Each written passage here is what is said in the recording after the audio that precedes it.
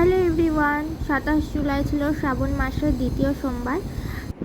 আর আমি সকাল সকাল উঠে স্নান করে শাড়ি টাড়ি পরে একদম রেডি হয়ে গেছি মাদের সাথে পুজো দিতে যাওয়ার জন্য। আমরা যাচ্ছি শিব পাহাড়।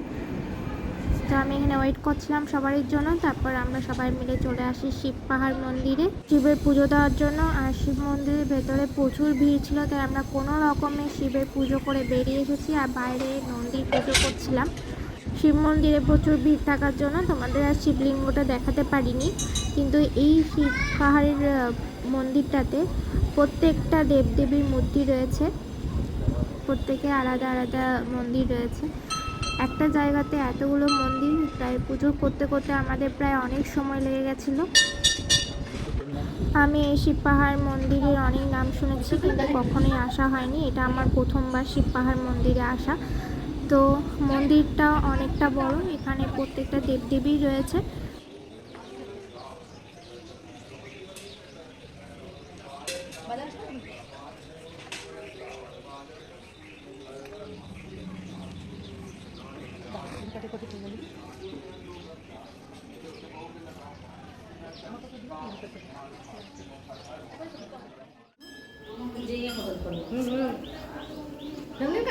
থেকে জোগাড় করেছি গো, চাল বার করে, ডাল বার করে, পোস্ত বার করে।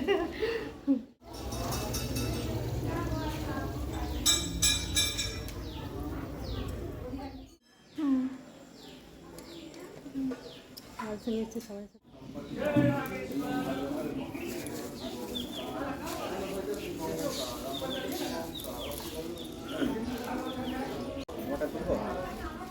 আমার ফোনটা দিয়ে দাও বাবা।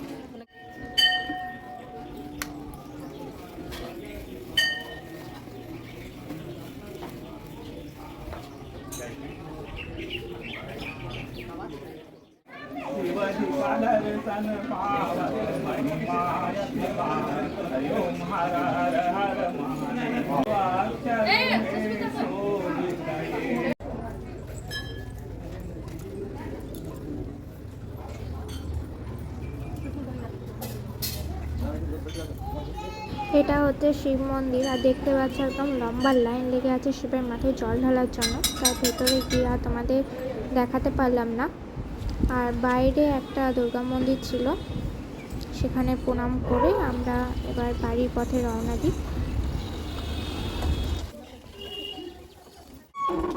রোদ হয়ে গেল।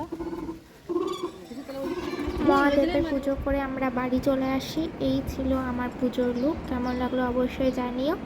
দেখা হবে পরের ভিডিওতে, ততক্ষণের জন্য টাটা।